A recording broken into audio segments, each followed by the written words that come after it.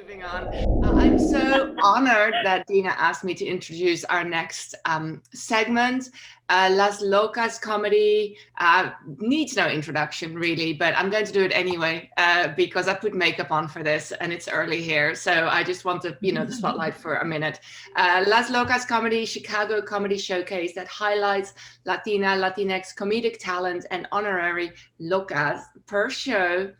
In this crazy political climate, which hopefully will become a little bit less loca as we go on, we wanted to create a platform to discuss issues and challenges facing Latinx, the Latinx community, Latinas, women of color, and the LGBTQIA community in a thought-provoking and hilarious way. So in order to kick us off, I will hand over the virtual mic to someone I just admire so much, my friend Janice. She says it rhymes with Denise. It also rhymes with Feliz, and I'm always so feliz. There we go. Janice Rodriguez, take it away. Woo-hoo. Thank you. Oh my God, Lalita, I love it so much. I know you're Latina on the inside, girl. I know you're a Dutch Latina. I love it. Okay, so can you guys see me? Sorry, because I only see my. Yes. Oh, okay. I'm seeing something else. Cool. I need to see myself, especially right now. I don't know if I exist. Okay, cool. Hey guys, what's up? New president. Hey, and I'm sure you guys have gone through this all. Super happy. Sorry, I look super dark right now. Sorry, I'm not gonna mess with the light.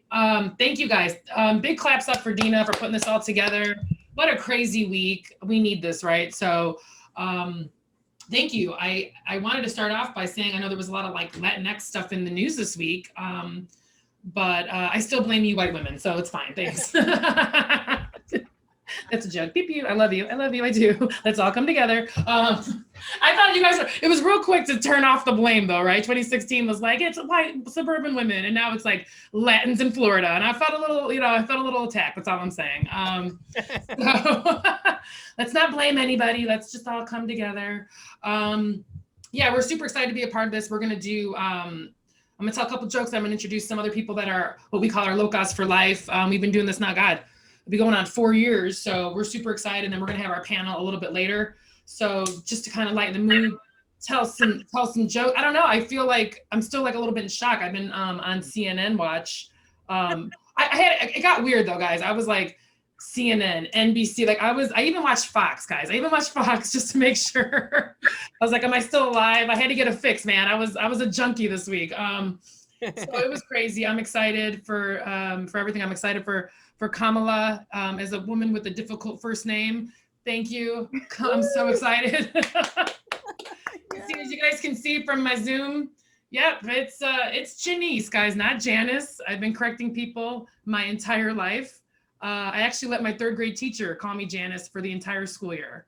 Yeah, and then she got mad at me when somebody finally told her. And she's like, why didn't you tell me? And I was like, I can't speak up for myself. I'm 9. You know what I mean? Like, like I'm also like in a Catholic school. I'm repressed enough already. Could you guys you could have asked, right? Oh, Mrs. Baker, I'll never forget you. Okay, so it's crazy. But yeah, I've been correcting people my entire life. I don't know why, again, people get defensive. I was at my bank, had to have like a quick little meeting with the banker. I really don't want to like get into the name, but you run from it. So you guys can just know what that is. And I know what's going to happen before it happens because you got to put your name down. And I put it down and I'm just listening out. And then this lady comes out and she's like, Janice, like looking all over the place. Janice Rodriguez. Janice. I'm like, really, dude? Come on. Rodriguez is like the Smith, like a Smith of Latinos. Come on. So I'm like, hey, hi, nice to meet you. Hey, no big deal. But my first name is pronounced Janice. No big deal. And this woman looked at her paper, looked at me, looked at the paper, and then said, well, it ain't spelled that way. Oh. First off, bitch, we had a bank. Don't use ain'ts. Come on now. Like, you have my money. Like, can we use proper grammar? And then I'm like, why are you talking shit about my mom? Like, she knows 2 languages and knows how to spell in both of them. But as Lalita actually correctly pointed out, if it was in Spanish, I think it'd be Janice, just saying, I don't know. I don't know. I need Jess and both my Jesses here, Jessie and Jess, to tell me because I only speak Spanglish, guys. I know my mom had just seen like some disco movie like Janice. I don't know. It was like 70s. She was trying to be different, but she should have known because I grew up in Indiana. Like she should have known it was going to confuse people. I do blame her. Sorry, love you, Mom. Love you. You might be on here. So yeah, just a little bit more about me. I grew up in Northwest Indiana, which is right outside of Chicago. I don't really have a joke about that, but I just want you to know the pain I've been through. That's the joke. It was pretty diverse because it's considered like a Chicago suburb. They don't agree with the rest of the state. Pretty much, you don't go with the rest of the state for like voting for anything. So when I went down to school at Indiana University down in Bloomington, Indiana, I literally met people and I was like, oh yeah, I'm from Hammond. And they're like, oh, that's just Chicago. And I was like, hey, I'm fine with that, guys. Like, you're not like offending me at all. Like Indianapolis won't claim me. We're good. Like, yeah, you guys still like marry your cousins out here. Like it's, yeah. And the weird thing about Indiana is still one of the only states where strippers can't show their nipples at strip clubs. Just a little factoid there. Just look it up. I don't know why. And the liquor stuff is bizarre. So, but I actually lived in Florida for a couple years. So actually pat me on the back. I got Obama in 08. Okay. Sorry. Yep. It was all me. In 2008, I was living in Tampa and that was part of that whole I-4 corridor that literally flipped the state for him. Also, please, before you blame me, look at the map. My people in Tampa, Orlando, like all my relatives who moved after the hurricane, also voted for Biden. Blame those Miami bitches. That's all I'm saying. Like, figure out who you're gonna. I'm gonna be nice to Tampa Bay for now because Tampa wasn't that great for me, guys. You would think, as somebody who was got that Puerto Rican DNA, me, even though I grew up in Indiana, I would love the hot heat. Nope. So happy to be back. Because for 10 years straight, I sweated directly from my asshole. Sorry, that was true. That's I'm the original WAP, guys. That's all I'm gonna say, and not in the sexy way. So yeah, Florida's a mess. Florida man. I heard Obama's speech last week when he referenced it. Definitely true. I decided to leave. Everybody has like a breaking point, right? When they're like, it's time for me to get out.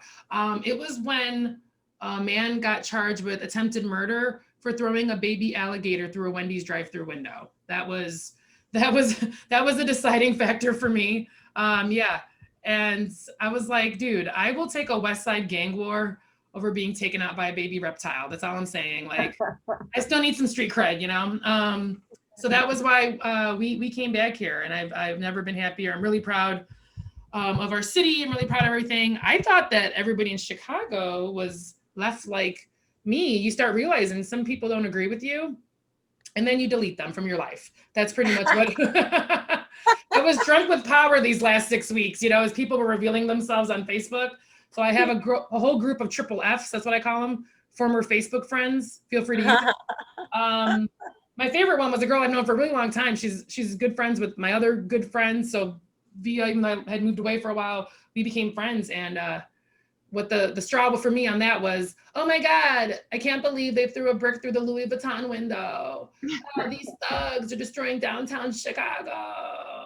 And I was like, wait, what? Really? Like, this is what you're upset about? You're upset about somebody like destroying like an international like billionaire conglomerate's window on Michigan Avenue? And then I was like, bitch, you shop with Kohl's cash. Do you know what I mean? Like, why? I don't like, you came in the store and they're like, oh honey, middle class, get out. Like, you could never afford to shop there. Like, why do you love them so much? Like, they followed her around the store and she's white. So it's like, it's just, but how can you put that on a Facebook message? I don't know how to do that. So I was just like, delete, you know, that was all. But I'm gonna let you guys go soon, just end on this because I know I've been talking to my mom a lot. Obviously she's ecstatic, and it's not obviously, right? Because a lot of people's parents don't agree with them. I'm very, very lucky that I am politically and like ethically aligned with my family, and I feel bad for everybody who doesn't. If you want me to take them out, talk to me offline. Sorry. I'm still angry is all I'm saying. That's all I'm saying. I still got a lot of anger that needs to be displaced. But I think my mom's in a real good mood. She's like, you know, trying to like still ask these questions. Guys, I just turned 42 last Thursday. Thank you. And I don't have kids, so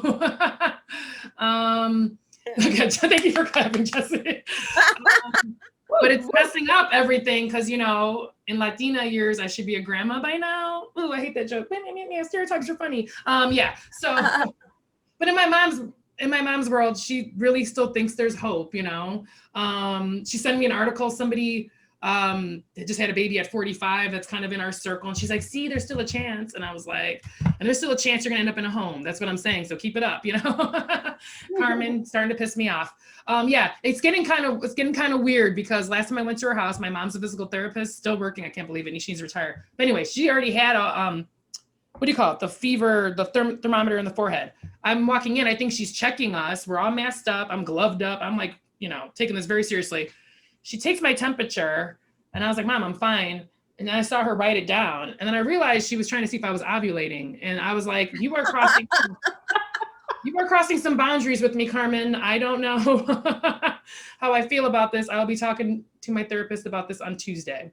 So, guys, that's my time. I am gonna keep the ball moving. Thank you guys so much for joining us. Thank you. I'm super pumped. Lalita, I'm just gonna go ahead and introduce Jessie. Is that cool? Yeah. So we had a little switch up. Oh, cool. So we had a little switch up today. All good. We have a lot of locals that we work with all over in you know, Chicagoland, Midwest, and actually now nationally. That's the one good thing that I think that's come out of the Rona, if you will, is that we reconnect with and meet comedians from all over. So silver linings, man. That's what I'm just trying to look at. So, but we know Jessie for a long time. She's got this amazing bio. I'm gonna read like 1/3 of it.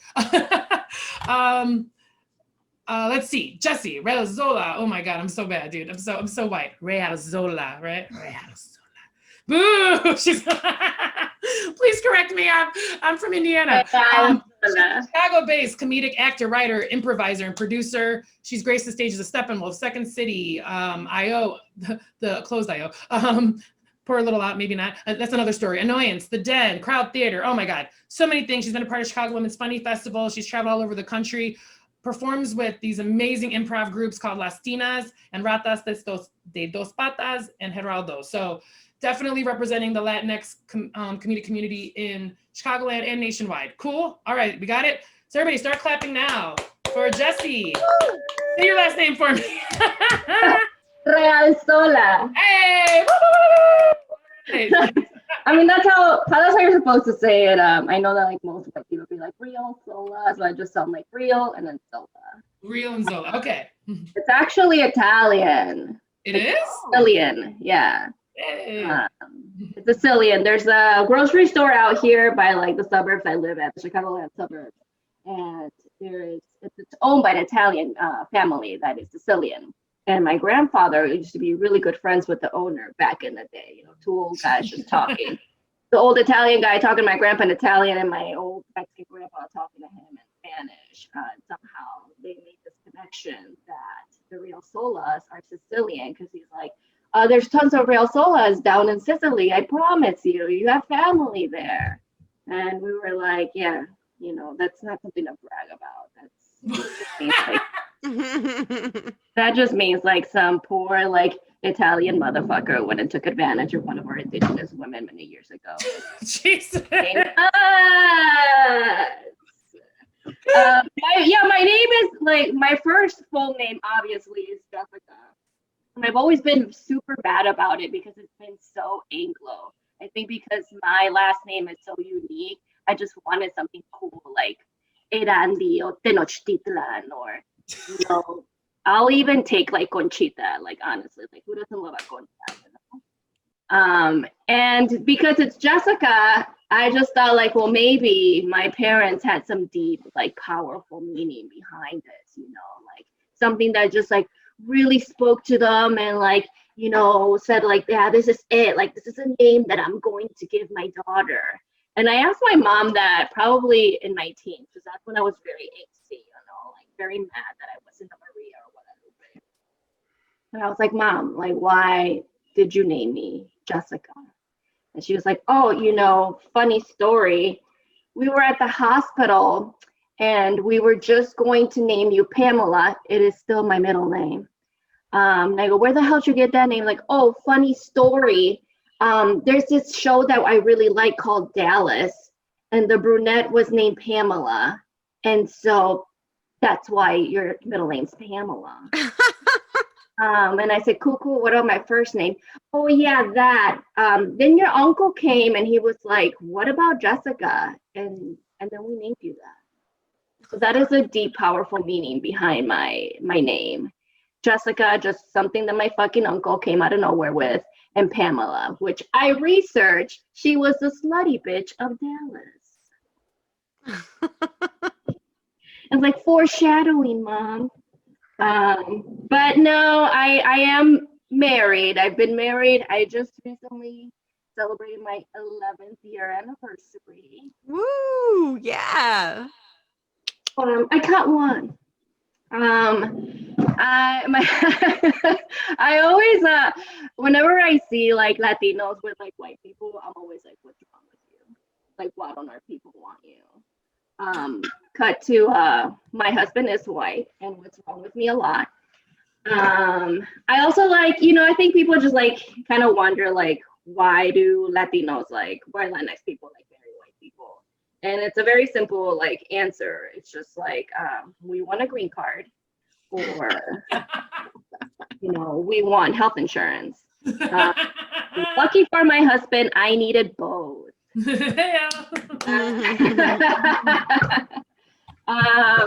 doesn't like that joke because he thinks that I really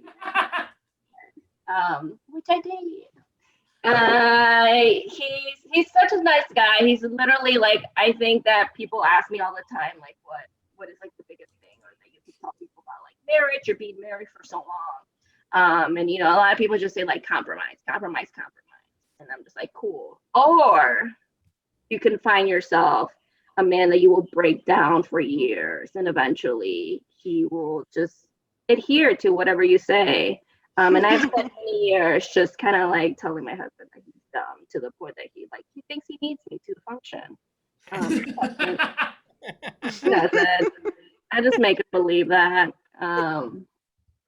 If anything, I think I'm the useless person in our relationship. Like, I will definitely go the entire day without eating because there's nobody here to feed me. And then my husband will call his way home. It's like, did you eat? Like, obviously not. You're not home. I'm waiting for you. Yeah, that WAP song is about me, Janice, because I don't cook and I don't clean.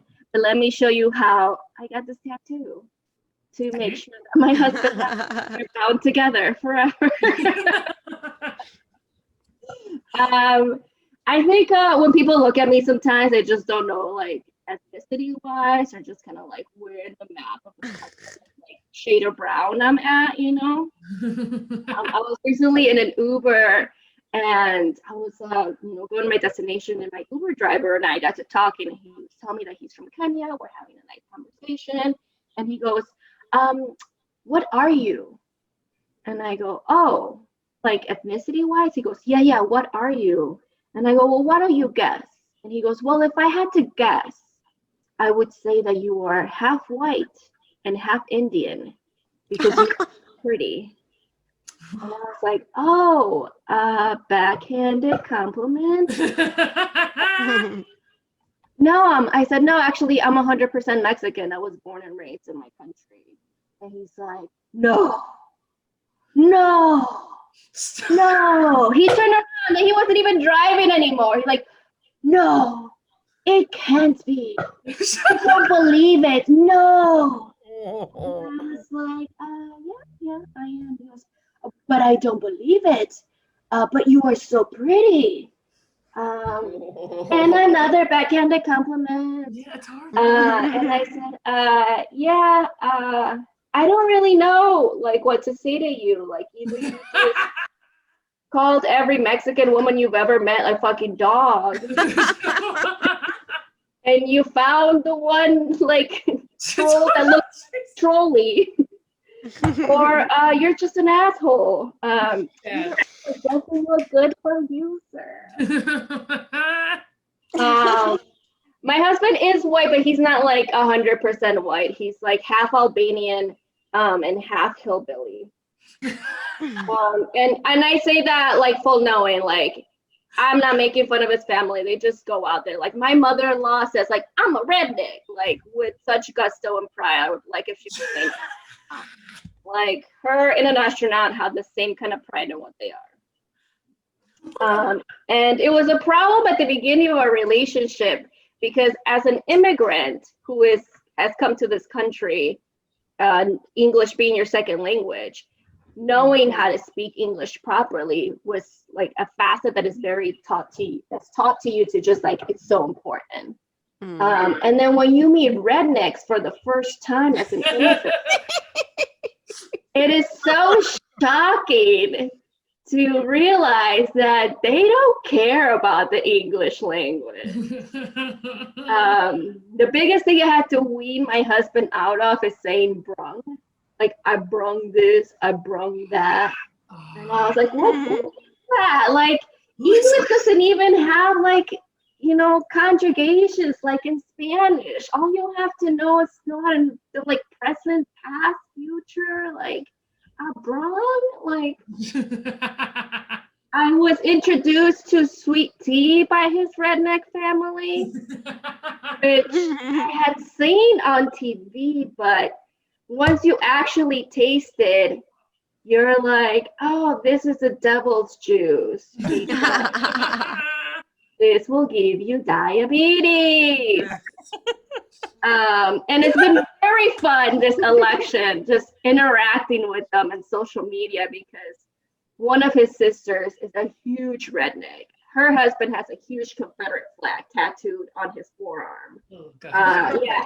When I first met him at our first Christmas together, I saw that and I said, you do know that they lost, right? And he goes, it's about history and acknowledging your history. Oh, God. And I said, yeah, I mean, you could have just tattooed loser on your arm too. Same thing. So this election has been really, really fun for them, for me with them, because his sister is a huge like Republican, and she posts all these memes that are so untrue about how one of them, this is hands down the truth. One of them was a meme of a person saying, Democrats are coming for your babies. And I'm reading the comments, and it's all these like pro-lifers just like, yeah, they want everybody to have these abortions, and they don't want to keep our babies alive. And they're like, the QAnon is telling me that they're also out there eating babies. QAnon is telling them that Democrats are eating babies. And I was like, oh wow, this is fun. And I was all the time. And at first, it was very much like, hey, let me set the record straight. But then somewhere down the line, you realize that there is no factual like conversation that's going to happen between you and a redneck, and especially you and a Trump supporting redneck. So then I just add fuel to the fire. I was just like, yeah, bitch, I eat babies, and I add barbecue sauce to their straw head. Like, I especially like to eat the pasty ones because they give me power. So then I got blocked. That was very much, I knew that was coming. But joke's on her, because I have access to my husband's post. So now I just comment via him. And so I don't know if we're coming to Christmas this year. I married very young. My husband is old, so I'm living the American dream, marrying an old white guy. And my dad was very much like super against it. He was just like, if he were a real man, he'd come and ask for your hand in marriage. And I was like, oh, Dad, he doesn't even know you're alive, so. But even though I got married pretty young, I think that we still had fun together for the longest time, and it still hasn't happened. Crossing my fingers, one day it will.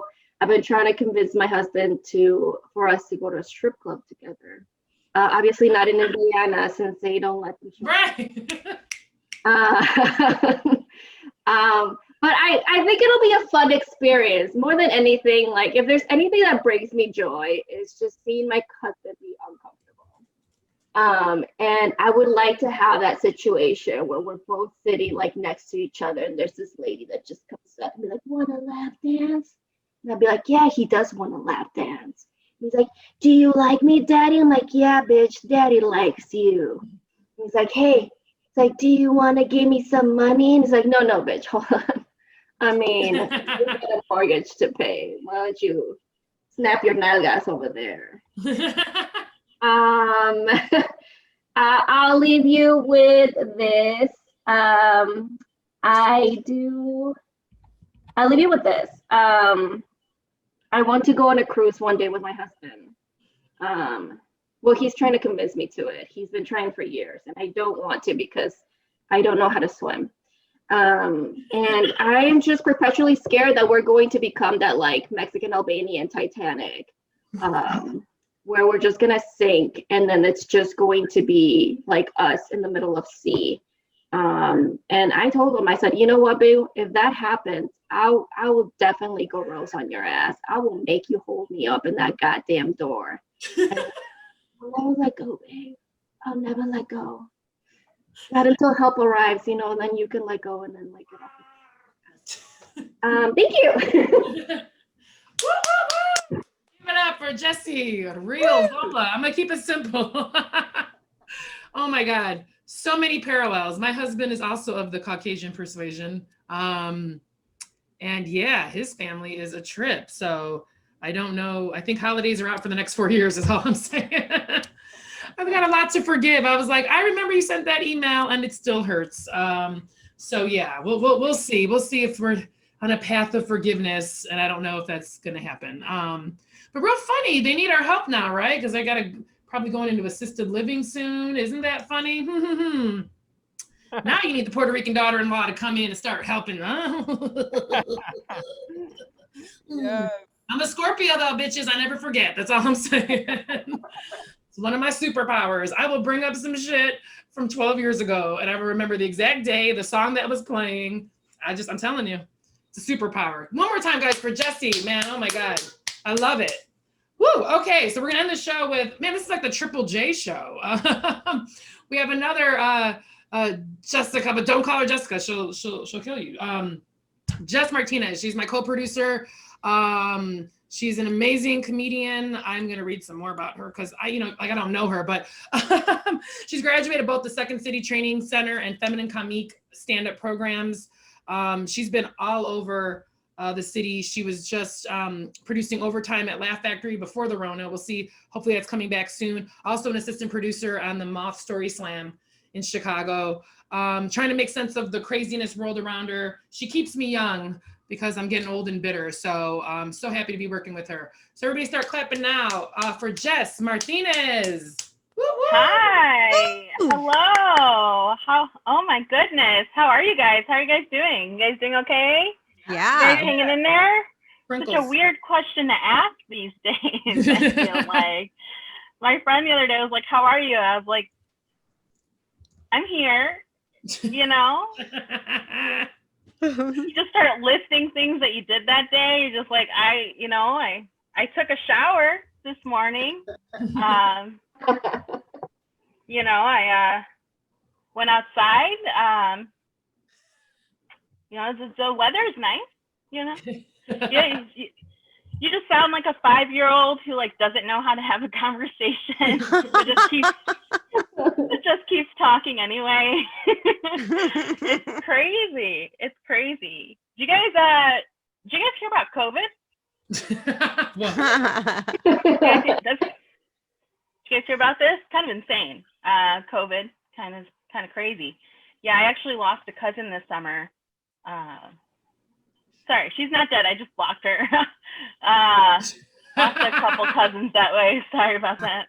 I did actually lose a couple of relatives to COVID. It was pretty sad because on top of the loss, you can't be there with people in person. And that really sucks. Like for my aunt on the funeral page, it said they weren't letting more than 10 people at the service. and we're Mexican. That's one car, you know? It's like, what if people who don't live with her want to also pay their respect, you know? Not fair. It's just not fair. People are going crazy. They're stocking up on shit. I'm sure it's going to happen again real soon as we are climbing up here in Chicago. It's getting worse and worse. People were buying up all the toilet paper, hand sanitizer. So there's like limits on stuff, you know? I lost my job this summer and I was like, I got to stock up on food. Fuck toilet paper. I need food. Like my 3 biggest fears are the KKK, going homeless, and going hungry. So I was like, I got to get my food. There's limits on shit. There's limits on shit. So I could only get like 1 box of Hot Pockets. I'll just, you know, I'll just have to go back each day. It'll be fine. I'll make it work. I'll make it work. I got actually got dumped during quarantine just for normalcy's sake. You know, gotta need that sense of normalcy. Yeah, he dumped me for being too negative, which is kind of like it just felt like impossible. All I was doing was sharing my COVID test results with him. Like, there is such a thing as toxic positivity, you guys. Mm-hmm. Yeah, I have really good friends though, really great support system. So they recommended that I wear like a rubber band around my wrist so that I'll snap it anytime I think about that person to like associate a negative feeling with them. And that would have worked for a normal person, except for me, all it did was remind me of the fact that I wasn't getting spanked for a while. Yeah, it was kind of out of the blue, I feel like.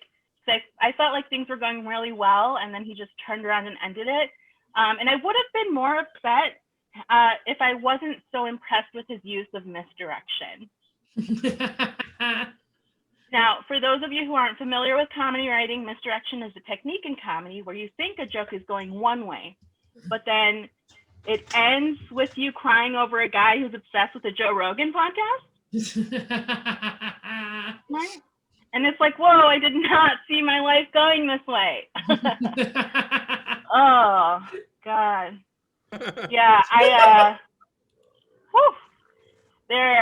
don't know about you guys, but like after a breakup, I like to reevaluate my approach to dating. I just don't want to make the same mistakes over and over again.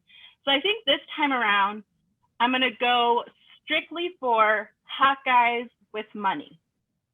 Like depressingly hot. Like I want to feel like fat, brown, and poor anytime I'm with them. You know?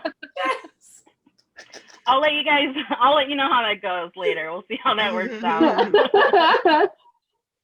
I'm really loving quarantine and like not having to see people and keeping our distance and wearing the mask thing, specifically the mask thing, because you guys, I look like that girl that you think you know. So you go up to her and you tell her that you think you know her, and then I have to spend the rest of the conversation making you not feel like a racist. That's what that is. I'm very grateful for the masks and for the social distancing because I don't have to deal with that right now. Oh man, yeah, I'm Mexican, so things mean more to me in Spanish than they do in English. I don't know if any of you guys feel that way, but like you can call me stupid all day long and be like, yeah, whatever. But the minute you call me a stupida, I'm gonna cut a bitch some slack. She probably had a long day. We've all had long days. I'm a nice Mexican, is what I'm trying to say. Oh man. Another thing I'm excited about not having to do is going out and with people again. Oh God. I'm a fun person. No, I don't like getting dressed to go out. It's just like it's too much for me. So I go with this like all like black on black outfits because it's supposed to be sexy and cool. But then I don't feel sexy and cool. I just feel like a single mom who works at Hair Cuttery. Right? who like somehow still has the energy to be like, I'm single, bilingual, and ready to mingle. Oh man, some women wear fuck me pumps to the club. Are you guys familiar with fuck me pumps? You guys worn them before? For those of you who don't know, if you don't know, you guys look very familiar, but if you don't know, fuck me pumps are these super sexy high-heeled shoes that are supposed to get you laid. Like, I don't know what the math is on that, but that's what's supposed to happen. I don't know how sex works. And so, I don't know. I don't like wearing heels. They're uncomfortable for me. So instead I have, seriously though, someone fuck me sandals. Yeah.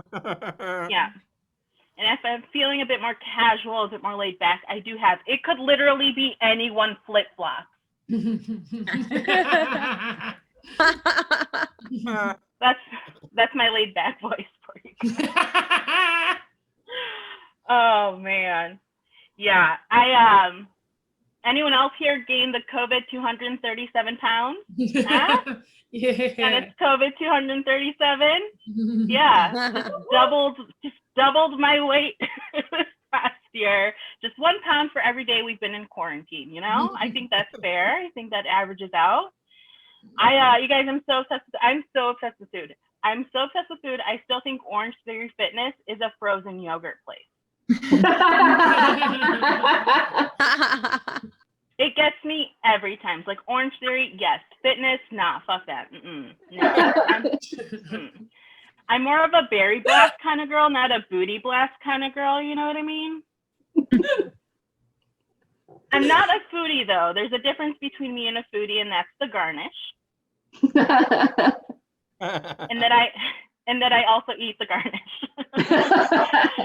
Oh man, I got sick the other day, and I knew it wasn't something I ate. It was everything I ate. Pretty bad. Yeah.